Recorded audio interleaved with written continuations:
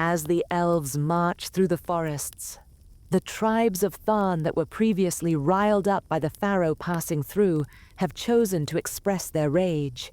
They emerge from the shadows, leaderless and furious, ready to devour anyone they come across.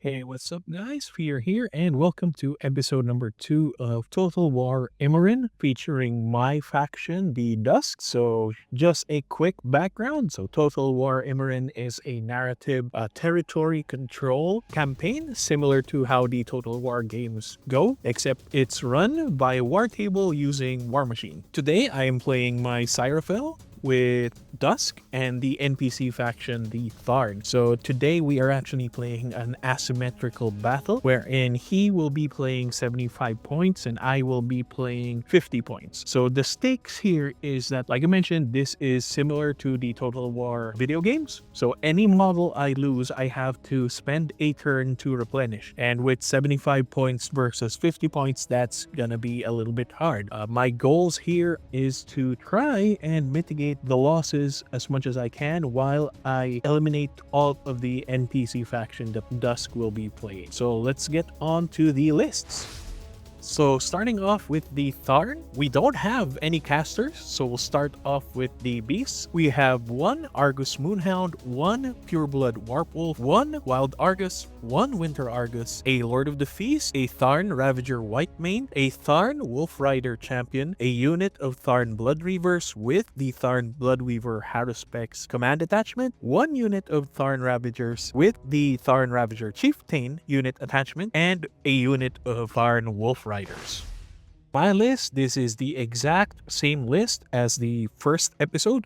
So I am running 50 points with Scyrafael, Nis Isser of Desolations, an Eidolon with True Sight Head, Dawn Blade, right arm, Light Null Blade, left arm, and a Force Cannon. A unit of Dreadguard Sire, a unit of Dreadguard Archers, a unit of Dreadguard Cavalry, a unit of Dreadguard Slayers, and a unit of Seeker Adept. Deployment. The Tharn deploy first, and we are also deploying in a unique deployment format. So the Tharn are deploying top and bottom while I am deploying in the gray zones in the middle of the map. If you played old school Steamrollers, that map might be familiar to you, but that's beside the point. So let's start with the Tharn's top deployment. From left to right, you have the unit of Tharn Bloodweavers, the Winter Argus, the Pureblood Warpwolf, the unit of Tharn Wolf Rider Cavalry, and the Tharn Wolf Rider Champions. Going to the bottom, we have from left to right the unit of Tharn Ravagers with the Tharn Ravager Chieftain, the Tharn Ravager Whitemane, the Argus Moonhound, the Lord of the Feast, and the Wild Argus to close things off.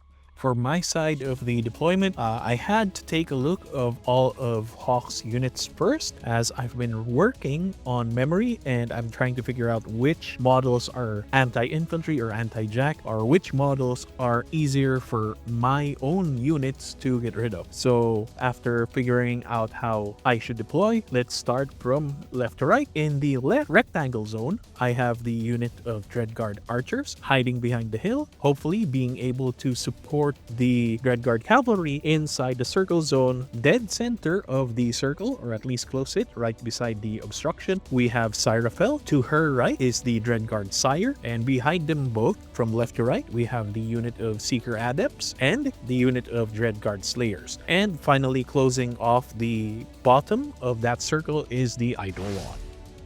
Tharn turn 1. Hawk's first activation starts with the Tharn Wolf Riders up in the north, and he runs them up right in front of the Dreadguard Cavalry around 11 inches? No, 9 inches, and then 2 to the side. So he's trying to keep a relatively safe distance away from me. Next up, he activates the Tharn Wolf Rider Champion and runs it up the board, supporting the Tharn Wolf Riders, and ends right between the unit leader and number 1 of the Tharn Wolf Riders. Next up, he runs the Winter Argus right up on the hill, threatening both my Dreadguard Cavalry's flank or my Dreadguard Archers. Then the Pure Blood Warp Wolf activates and activates with his controlled warping ability, picking Ghostly. So Hawk runs the Pure Blood Warp Wolf right smack dab in front of my Dreadguard. To close off the activations on the top side, Hawk activates the Tharn Bloodweavers and runs them right behind the hill alongside their Haruspecs, threatening my Dreadguard Archers. Moving on to the bottom side of the map, Hawk activates the Tharn Ravagers and runs them up the board, threatening my Eidolon hiding behind that cloud near the edge of the deployment line. The Tharn Whitemane follows suit and runs right behind the Tharn Ravager unit. Next up, the Argus Moonhound runs as far as it can, trying to reach my Eidolon, but lucky for me, he doesn't, though he does block the charge lanes for my Slayers. The Wild Argus follows suit and runs up right behind the hill, completely blocking potential charge ranges from my Dreadguard Slayers. To close off the turn, Hawk advances the Lord of the Feast right behind the deployment zone marker. Dusk, turn 1. My turn starts and Scyrafael gets her 7 focus. Eidolon powers up 1. I then activate my Dreadguard's archers and I don't think I can actually hit any of the Bloodweavers, so I decide to advance them south and try and get rid of the Tharn Ravager. However, I realized late until Hawk told me that the Tharn Ravagers actually have an ability called Rapid Healing, which means it would be difficult for me to actually get rid of them in one shot, and each of his models have 5 life, so they've now essentially become a relatively hard unit to actually get rid of. If I had stayed up north and dealt with the Blood Weavers instead, I might have had a better turn, but hindsight is 2020, so let's continue. As I said, I moved the Dreadguard Archers 6 inches south, and I am able to see a lot of the Ravagers, including the Chieftain and the Whitemane.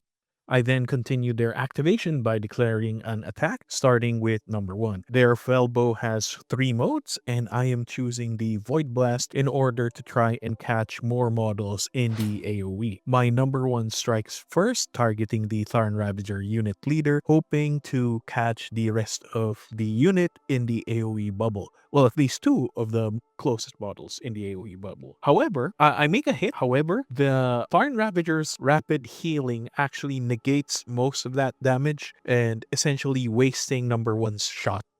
I then make a shot with my Dreadguard Archer number 2, targeting the Tharn Ravager number 1. I am able to hit and deal enough damage to get rid of it. I also splash 2 into the Tharn Ravager unit leader and the Whitemane. However, the damage I deal isn't enough to be significant.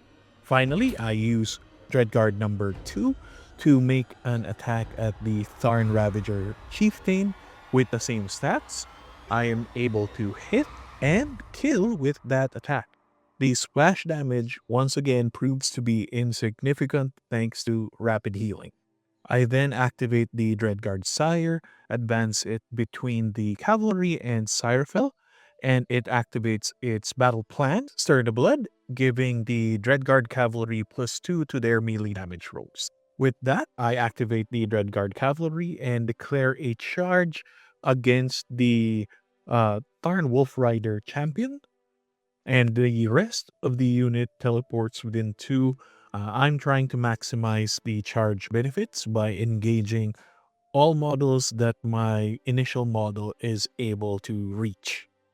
So I start the actual attacks, and this is something I actually missed. I did not realize that cavalry models gain boosted attack rolls aside from damage rolls on the charge. So I was actually rolling 1 dice less for the initial charge attack with the Greatsword on all of my Dreadguards. However, I was lucky enough that I got to make the hit with the first Greatsword strike against the Tharn Wolf Rider champion, and I was able to delete that unit. I then make a tail strike attack against the Tharn Wolf Rider unit leader. However, this time I'm hitting on 8s with 2 dice exactly, and I miss and it survived. My Dreadguard Cavalry number 2 tries to finish the job and makes a great sword attack with the charge bonus, targeting the Tharn Wolf Rider unit leader, and it is able to hit and kill that unit. My Dreadguard Cavalry number 2 still has a tail swing attack, and it hits the Tharn Wolf Rider number 2 as well. And thanks to its additional dice against living models, I am able to get rid of the Tharn Wolf Rider number 2. Lastly, the last Dreadguard Cavalry model swings at the last Thorn Wolf Rider unit model and is able to make the hit and delete it. He uses his tail strike and tries to swing at the Pureblood Warp Wolf. However, he misses, dealing nothing, ending their activation. But before they end, they do have reposition 3. So I activate that and I try to engage the Winter Argus as well. The Seeker Adepts then activate and they just advance behind the obstacle, trying to keep safe from any potential threats, and empower the Eidolon, giving it up to 2 focus and ending their activation. I then activate the Dreadguard Slayers and declare a charge against the Argus Moonhound, and both of my other units, other models, teleport to try and engage as much enemy models as they can with their huge reach. So I am able to engage both of the dogs, the White Mane, and the Lord of the Feast with this maneuver. We start the attacks off with Dreadguard Slayer number 3, making its attack against the Argus Moonhound. It hits and deals massive damage. However, it's not enough to kill. Dreadguard Slayer number 1 swings at the Argus Moonhound, dealing 12 damage if I recall correctly. It's a huge amount, but it's not enough to kill. Dreadguard Slayer number 2 swings at the Wild Argus, hitting and dealing 12 damage to it. I then activate Scyrafael, pop her feet, and declare a charge at the Wild Argus. Sadly, Scyrafael did not perform really well in this turn.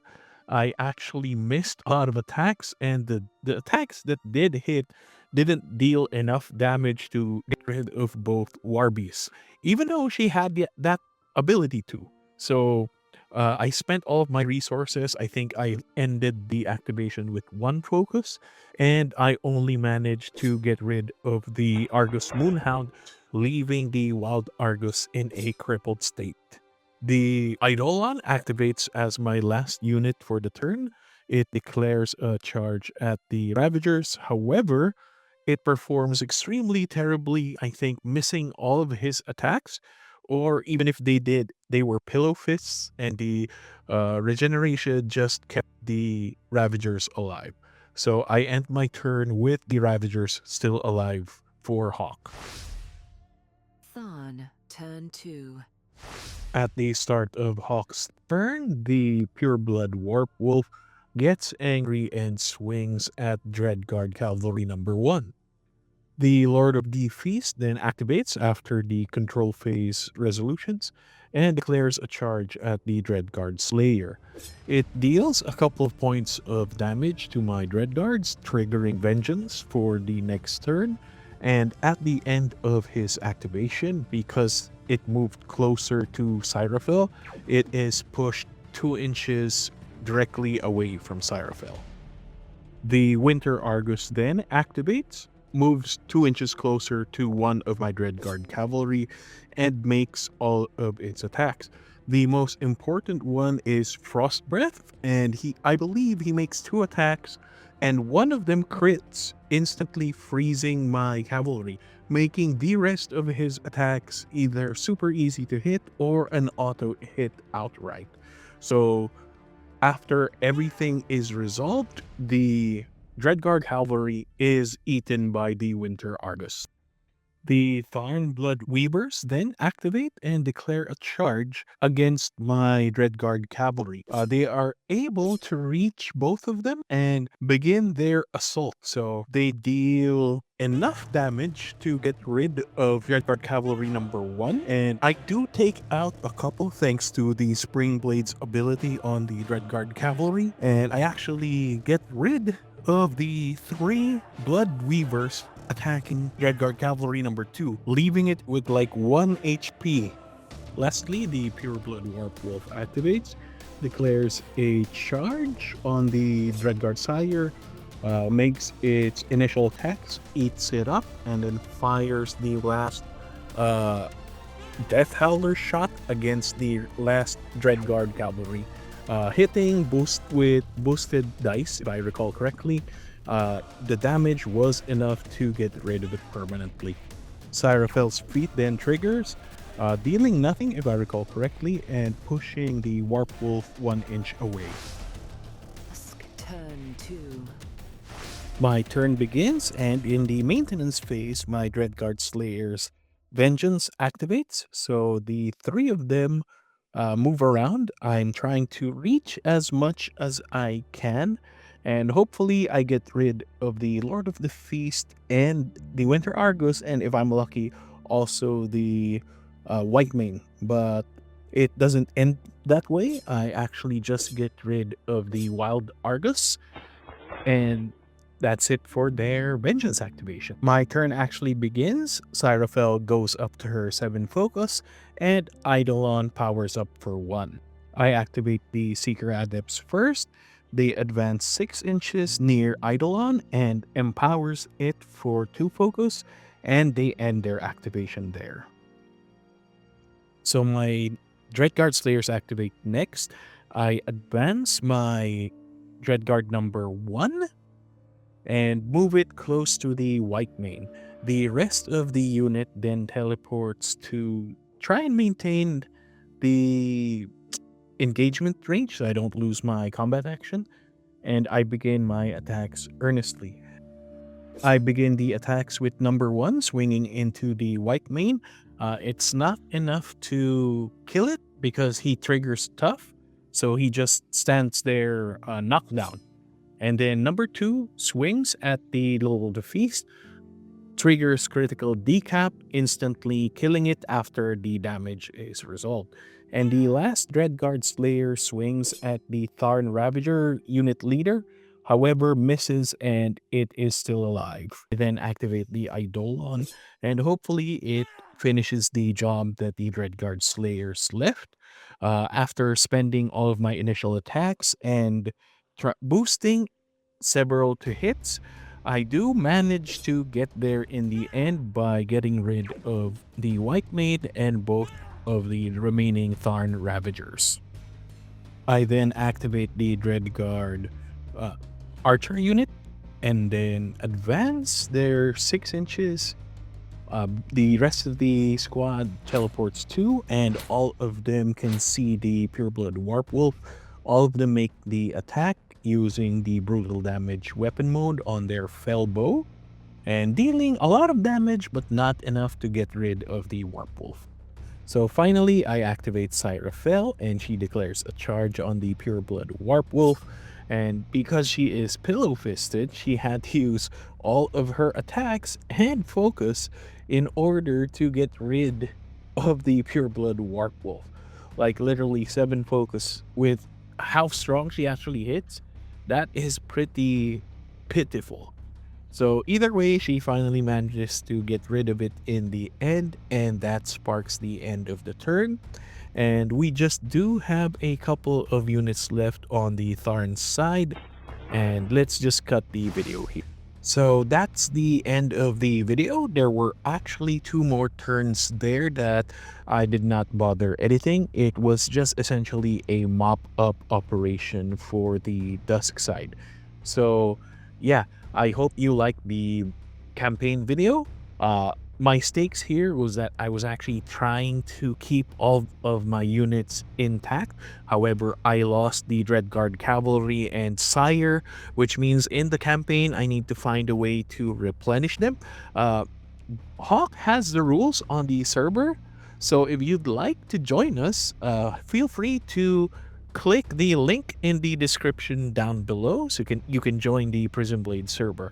We are actually hoping for more Khador players, as our previous Khador player had to drop due to real life commitments, and we have no one to continue the campaign on the Khador side. So yeah, if you want to join a relatively chill campaign, just feel free to do so. And please let me know what you think about campaign videos. I know these aren't like super tactical, they're more for flavor, especially with this kind of scenario.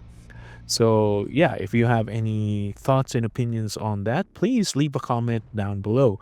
And as always, don't forget to like, comment, and subscribe. Kick ass with honor, game with glory, and progress, not perfection.